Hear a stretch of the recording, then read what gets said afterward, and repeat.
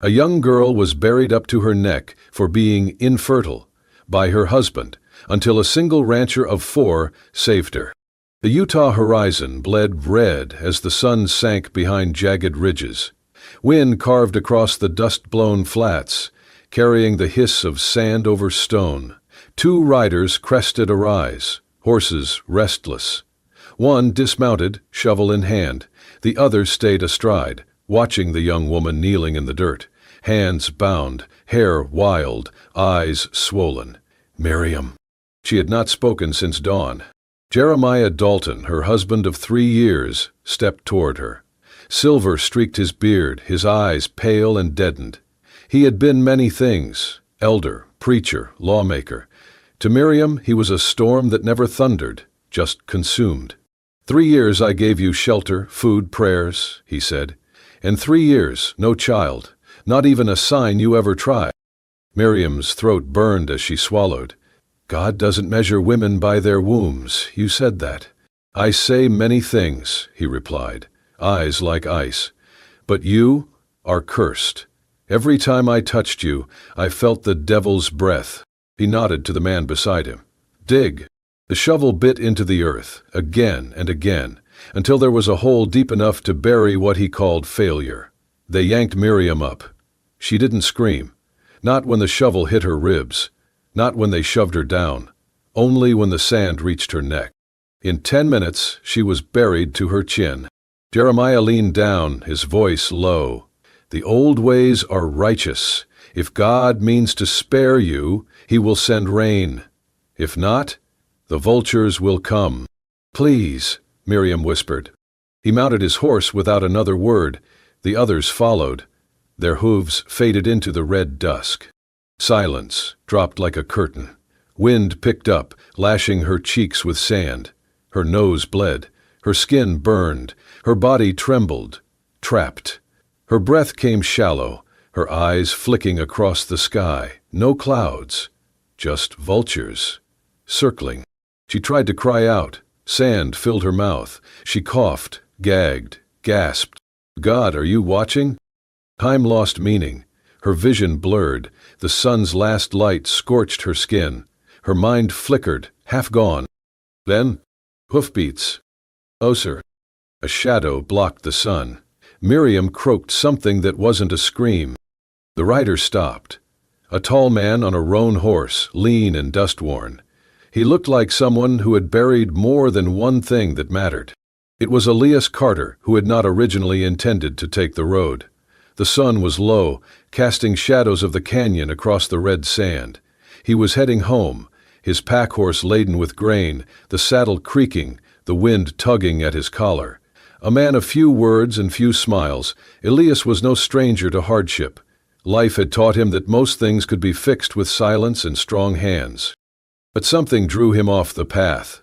A feeling, maybe, or a cry so faint it sounded like wind moving wrong. He pulled his horse up near a mound half covered in sand. At first he thought it was an animal or a trick of light. Then he saw it. Lashes fluttering, a glint of wetness. Eyes. Human eyes. Elias drew his revolver, stepping off the horse. His boots sank into powdery soil as he circled wide, cautious. He'd heard of traps like this, bandits using bait, women left in the dirt to lure the soft-hearted. This a trick? He growled. You bait?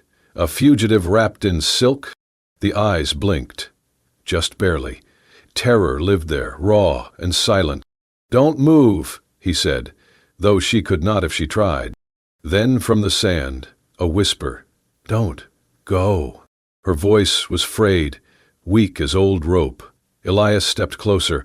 Now he saw her face, dust-caked, lips split, hair crusted to her neck. Her body was gone beneath the earth, buried deep, but her eyes still clung to something like hope. Lord Almighty, Elias muttered, what the hell did they do to you? She tried to answer, but only a dry cough escaped. Her eyelids fluttered. He cursed under his breath, shoved the gun back into its holster, and ripped off his coat. Dropping to his knees, he began digging, not with his shovel, but bare hands. She was too fragile for tools. Sand burned his skin, wedged under his nails. He didn't stop. "Easy," he said. "I got you. Just hold on." He unearthed her inch by inch. Shoulders, chest, bony arms. She was skeletal, starved, barely human anymore. Her head lolled. He paused, yanked his canteen from his belt, poured a few drops into her mouth. She licked them feebly.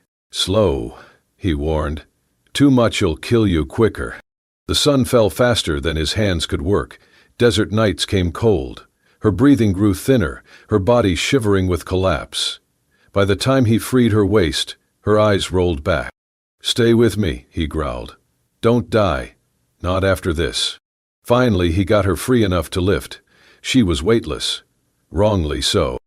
He carried her to his horse, slid her into the saddle, then climbed up behind.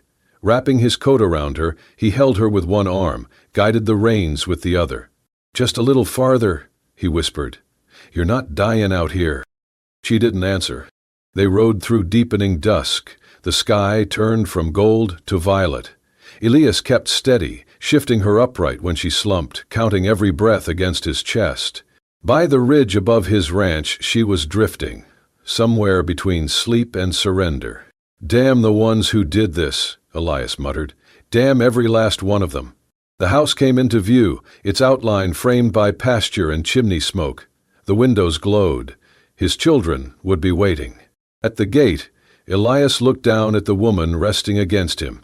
Her cheek lay against his collarbone, her skin cold as parchment. "You better not die," he whispered. He dismounted carefully, lifted her into his arms again. She didn't stir. Her head fell limp, her arms slid across his chest. For a long moment, Elias stood in silence. He didn't know who she was, or why someone would bury her alive. But those questions could wait. He had pulled her from the grave, and as long as she breathed, he would not let her return to it. He stepped through the gate. Behind him, the desert sighed. The sun slipped fully beneath the earth, and the place meant for death had lost its prize. Elias Carter stepped through the door, his arms aching from the ride. He carried Miriam like one might carry something sacred and broken, gingerly, without certainty it would stay whole in your hands. He pushed open the door to the old tool shed behind the house, now half converted into a storage room. It was dry and out of the wind. That would do. He laid her on the spare cot, pulling the heavy quilt from the shelf and tucking it around her. Her face remained pale and still, but her lips had color again, and her chest rose and fell in shallow rhythm. "You'll rest here," he said softly, not sure if she heard. "No one needs to know you're here. Just keep quiet. Don't spook the kids." He straightened, running a hand through his dust-matted hair. For a long moment he stood there, staring at her like a man trying to remember something important he had forgotten years ago. Then he turned and walked back toward the house. Inside, the cabin smelled of stew and wood smoke. His eldest, Thomas, was seated at the table, cleaning a tin cup with far too much concentration. The twin girls, Ada and June, sat cross-legged on the floor, braiding thread into each other's hair. And in the corner crib, baby Samuel stirred and whimpered in his sleep. "You're late," Thomas said without looking up. "Had to check the north fence," Elias replied. "Saw a coyote trailin'." The boy nodded. He was 10, but already carried himself like someone older, someone learning to fill too many shoes. The girls looked up. "Can we ride the mule tomorrow, Papa?" "Maybe. Depends if she lets you." That night, Elias sat alone by the fire, boots off, staring into the flames, while the wind pressed against the walls, like a memory trying to get back inside. The house eventually went still, children asleep, the fire dying. Outside, the moon rose pale and full. It was sometime past midnight when the baby began to cry. Not loud, but enough to pierce the silence. In the shed, Miriam stirred. Her body ached, but her ears were sharp. That sound, so small, so desperate, cut through the fog in her mind. She sat up slowly, ignoring the way her head swam. She pushed the door open and stepped barefoot into the cold. The cabin was quiet. She opened the door and slipped inside, moving by instinct more than sight. She found the crib in the far corner, where the baby lay red-faced and writhing, tiny fists clenching. "Air," She reached down, hands trembling. The child was warm, so small, so soft. Miriam gathered him into her arms and began to hum, low and slow, a lullaby her mother once sang in the heat of the prairie wind. "Hush now, little one. The stars will hold your dreams." She rocked gently, swaying with the rhythm of the wind beyond the window.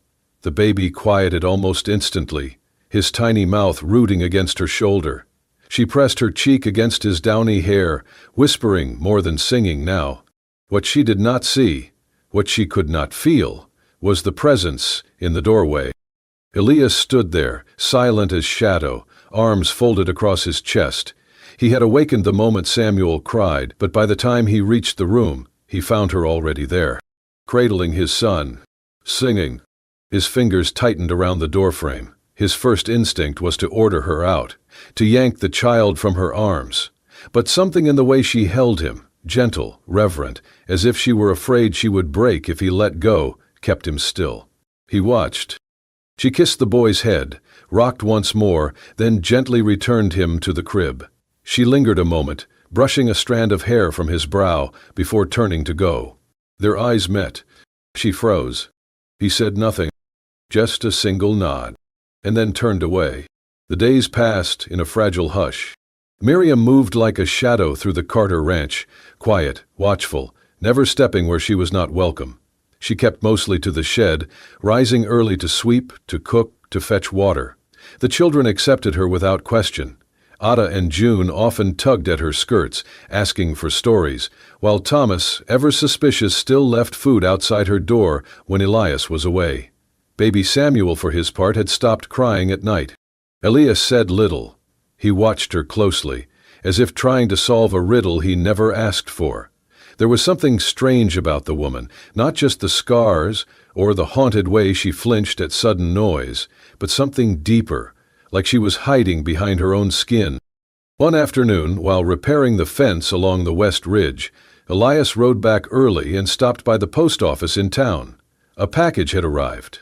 While waiting, he overheard two men on the porch talking over whiskey. "Did you hear about Dalton's third wife? Word is she ran off, disgraced him in front of the whole council." "Ran off?" "Man said she went missing, probably got herself lost in the canyon. Heard different. Heard she was cursed, barren, just like the last one. They say he buried her alive." Elias stiffened. He turned slowly. "Dalton?" he asked flatly. "Jeremiah Dalton," one of them said. "From the southern compound. Elder. Man of the cloth. Married a girl near 20 years his junior 3 summers back. Preacher's daughter, I think. A pretty thing. What was her name? Miriam?" The blood in Elias's chest turned cold. He left without another word. By the time he arrived back at the ranch, dusk had crept up over the hills. He dismounted, stormed past the porch, and flung open the shed door. Miriam was kneeling at the wash basin, scrubbing cloth diapers. She turned, startled by the noise. "What's your name?" he demanded. She blinked, breath catching in her throat. "Your full name?" "Miriam Dalton," she whispered. The silence that followed felt like thunder. Elias stepped forward, jaw tight, fists clenched. "You're his wife." She nodded slowly. "I was." He stared at her like she had just sprouted horns. "You're the wife of the man who killed my wife." Miriam's eyes widened. 3 years ago, Elias continued, voice rising, "my Mary went into early labor. She bled for hours. The baby never took a breath. You know why? Because your husband, your holy husband, dragged her to the council, accused her of defying Scripture. My wife cried for days. She was 7 months along. After she died, they sent me a note, said it was God's will." Miriam stood frozen. "I did not know." He stepped closer. "Did not know?" "If I had known," she said, her voice breaking, "I would not be alive now. I would have begged for death before ever walking into his house." Elias turned away, running a hand down his face.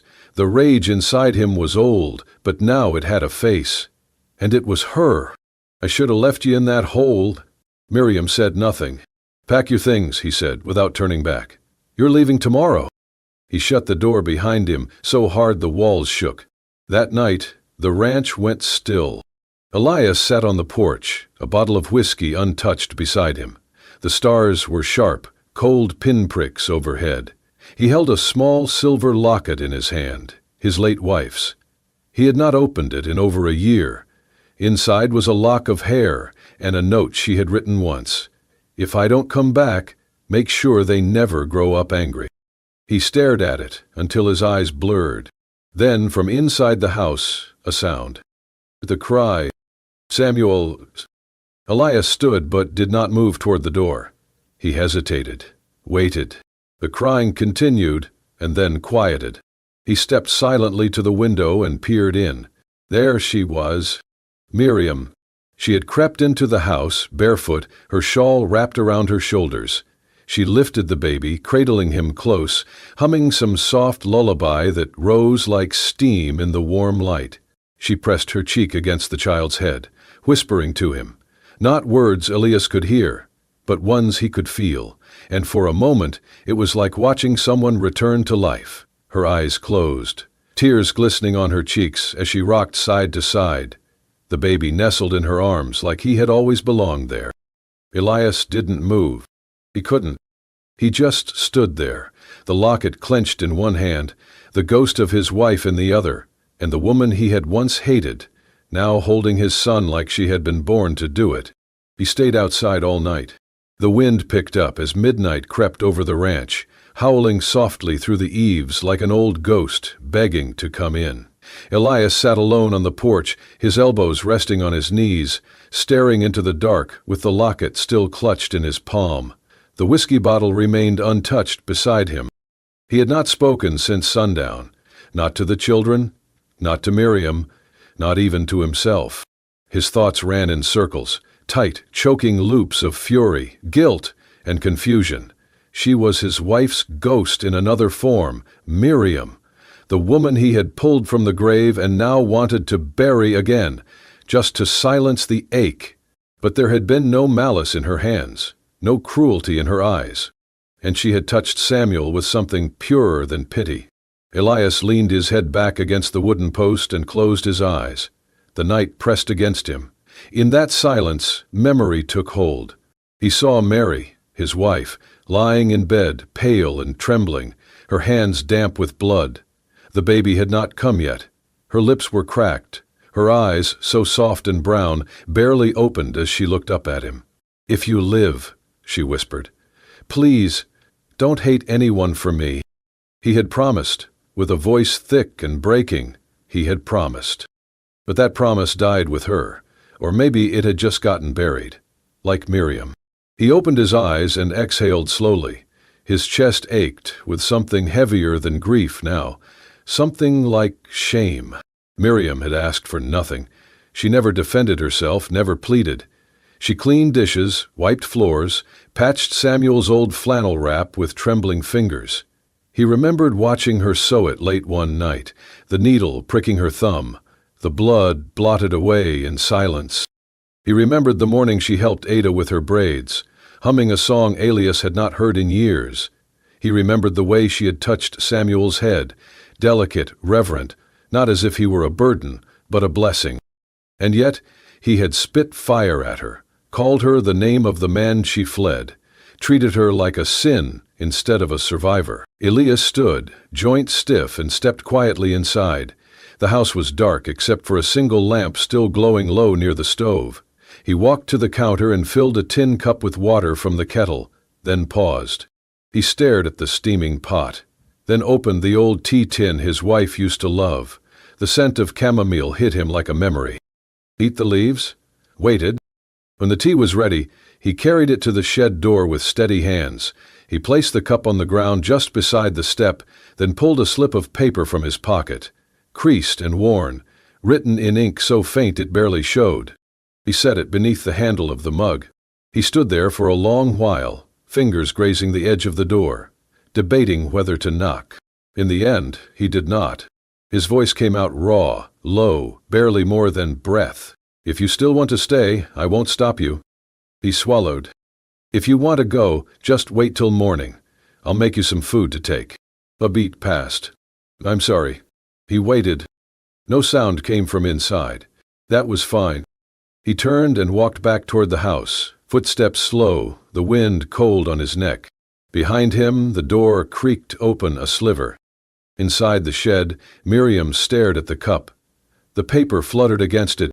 She reached down and picked it up, unfolding it with fingers that shook just a little. "If you still want to stay, I won't stop you. If you want to go, wait till morning. I'll make you food to take. E." She pressed the paper to her chest, eyes shining in the lantern light, then lifted the cup and took a sip. It was bitter and warm. The days grew warmer, the snow melting into the soil as spring whispered through the canyons. Buds swelled on the cottonwoods, and the creek behind the Carter Ranch murmured louder with each passing week. Inside the house, laughter, soft, shy at first, began to return like an old song remembered after years of silence. Miriam laughed the first time when Ada tripped over her own feet trying to help carry the firewood. Not mockingly, just a quick, bright sound that caught Elias off guard as he was chopping kindling nearby. The kind of laugh that belonged to someone younger, someone who had once believed the world was gentle. By the end of the week, the girls had started calling her Miss Me. A few days later, June came running into the kitchen shouting, "Mimi, Samuel pooped on my apron!" Before she could catch herself, Miriam froze, looking down, unsure what to say. Elias, standing in the doorway, met her eyes for a second, then looked away. But neither corrected the child. That afternoon, Elias asked if she wanted to help repair the back fence where the rails had split from the last storm. She agreed without hesitation. They worked side by side, sleeves rolled, boots in mud. Elias handed her nails, showed her how to set the hammer right.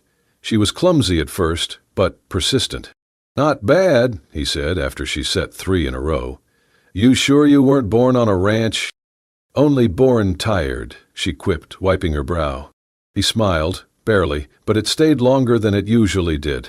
They took a break beneath the shade of an old oak. Elias passed her the water jug. She drank, then handed it back without a word. After a long silence, she asked, "Do you ever dream of leaving?" He glanced at her. "Where would I go?" She shrugged. "Anywhere. East. Mexico. Somewhere nobody knows you." "I got kids," he said. "Dreams ain't worth much when you're busy raising 4 little ones and trying to keep wolves off your doorstep." She nodded slowly. "I used to dream before him. Now I just dream of staying somewhere long enough that I can put down a dish without wondering if I'll still be there in the morning." He looked at her then, really looked, and saw something that wasn't weakness but weariness. The kind that only comes from too many nights spent wondering if you'd see the sun again. That night the fire crackled warm in the hearth. The children were asleep, and the silence between them had turned soft. Miriam sat by the flames, sewing the hem of Elias's worn shirt. He sat across from her, sharpening a blade that no longer needed sharpening. She pricked her finger, cursed softly. He looked up. "You're all right?" She nodded, sucking the fingertip. "It's nothing." He leaned forward. "Let me see." She hesitated, then held out her hand. He took it gently, calloused thumb brushing over the nick. Their eyes met. Neither looked away. Her breath caught. His jaw tensed. The moment leaned forward, like it might fall into something bigger. But then Elias pulled back, dropped her hand and stood. "I don't want," he began, voice rough. "I don't want someone here just because they're grateful, or because they feel safe." She blinked, stung by his sudden retreat. "I don't want you looking at me like I saved you. I didn't. You saved yourself. You're still saving yourself." She stood, slow and deliberate, stepping toward him. "I'm here," she said softly, "because of both. Because I'm safe, and because I choose to stay." He said nothing, but his eyes flickered, like someone trying to hold back a tide with bare hands. Then he nodded once, and sat back down by the fire. The sun was high, burning the dust into gold. Miriam stood barefoot near the clothesline, pinning Samuel's cloth diaper to the rope, her sleeves rolled, hair tied back, humming softly to herself. The twins were laughing by the porch, chasing each other with sticks, while Thomas sat sharpening a small knife under the eaves, watching them like an old man twice his age. She had not felt this kind of calm in years. And then it shattered. The thunder of hooves broke across the field, hard and fast. 4 riders came into view first, dust trailing like smoke behind them. Behind them rode a 5th, upright and cold as stone. Jeremiah Dalton. Miriam's blood froze. The girls stopped mid-play. Thomas stood instantly, knife gripped tight, eyes darting to Miriam. She didn't run. She did not move. As the horses halted before the front porch, Miriam slowly stepped forward, planting herself between the riders and the children. "Where is he?" Jeremiah asked, voice like gravel. "Where's Elias?" Miriam said nothing. Jeremiah climbed off his horse. His white beard caught the wind, but his eyes were colder than any storm. The 4 men behind him dismounted too, rough men, with fists scarred from years of violence. "I see you've made yourself quite cozy," Jeremiah sneered, looking around. "Even picked up some bastards to replace the child you failed to give me." Ada clutched Miriam's leg. Miriam gently pushed the children behind her. "You're trespassing," she said, her voice barely shaking. "Get off this land." He stepped closer. "You forget, girl, you're still my wife, and by the laws of our community, that makes you my property. You ran off, stole yourself from my home, stole from God. I was buried alive," she said, louder now, "by your hands, a punishment ordained by Scripture." "No," she hissed, "by your pride." The men started forward. One of them reached for her. "Ben," a voice rang out. "Back away from her." Elias came thundering in from the south ridge, his horse kicking up a wall of dust. He rode hard, straight through the line of riders, stopping between Miriam and the men. His hat was gone, hair whipping in the wind, revolver already in his hand. "Step away from my house," Elias said coldly, "or I'll step through your bones." Jeremiah glared. "She belongs to me." "No," Elias said, stepping off his horse. "She's ours. Mine. The children's. This land's. And if you touch her again, I will send you back to your God in pieces." Jeremiah gave the signal. The first man lunged at Elias. The rancher ducked, fired once, missed the heart, but the bullet tore into the attacker's thigh, sending him screaming to the ground.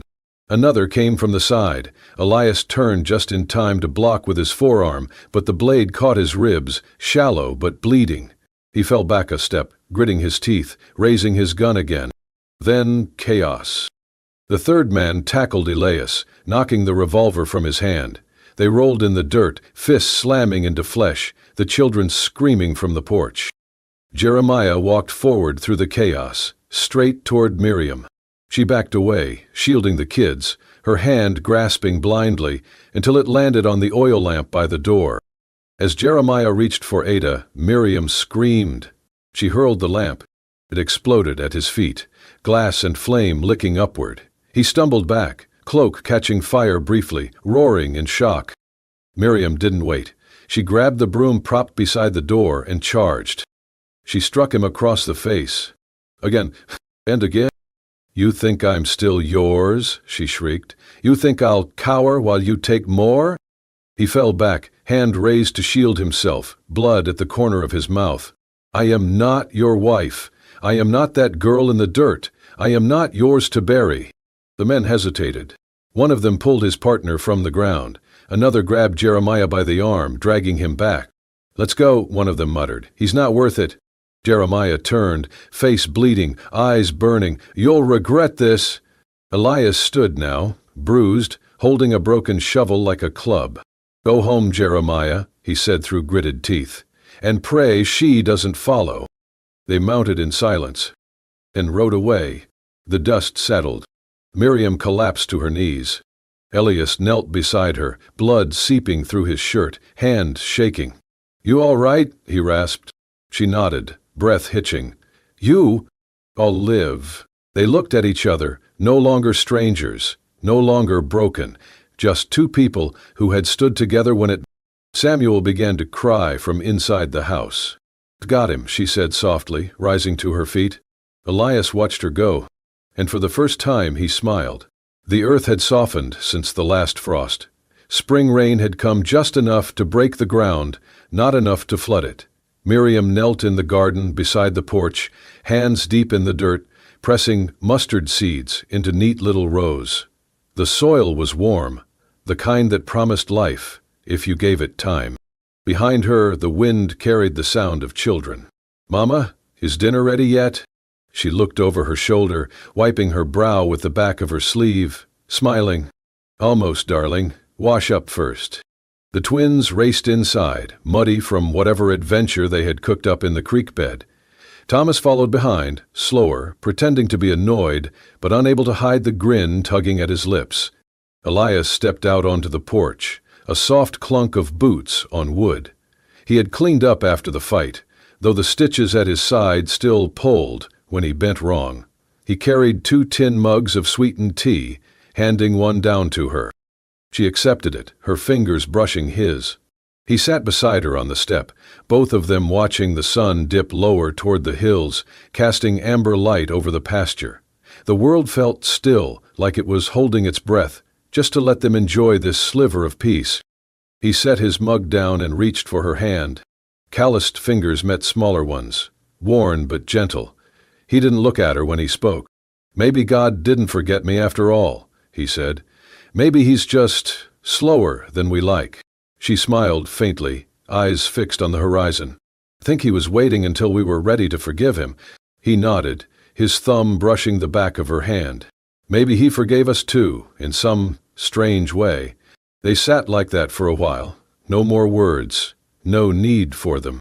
Later, as the stars blinked awake and the first crickets sang in the tall grass, Miriam lifted Samuel from his crib and stepped into the dusk. She walked barefoot through the field, humming the lullaby she had once sung through tears. The baby nestled against her chest, content and safe. Behind her, Elias followed at a distance. In his hand was a small silver locket. His late wife's? He turned it once, then again, fingers lingering on the engraving. And then, without ceremony, he opened his hand and let it fall. The wind caught it, carried it down into the grass. He did not look back. And so, beneath the wide sky of the Utah frontier, 2 broken souls found healing not in miracles, but in each other. What began with a grave became a garden. What rose from the dust was not just survival, but love, real and earned. Because sometimes the West didn't need more bullets. It just needed someone to stay. If this story moved you, don't forget to subscribe to Wild West Love Stories, where every tale carries the weight of longing, courage, and the kind of love that outlives time. Hit the bell, leave us a comment, and share this with someone who still believes in second chances. Wild West Love Stories, where bullets missed but hearts didn't.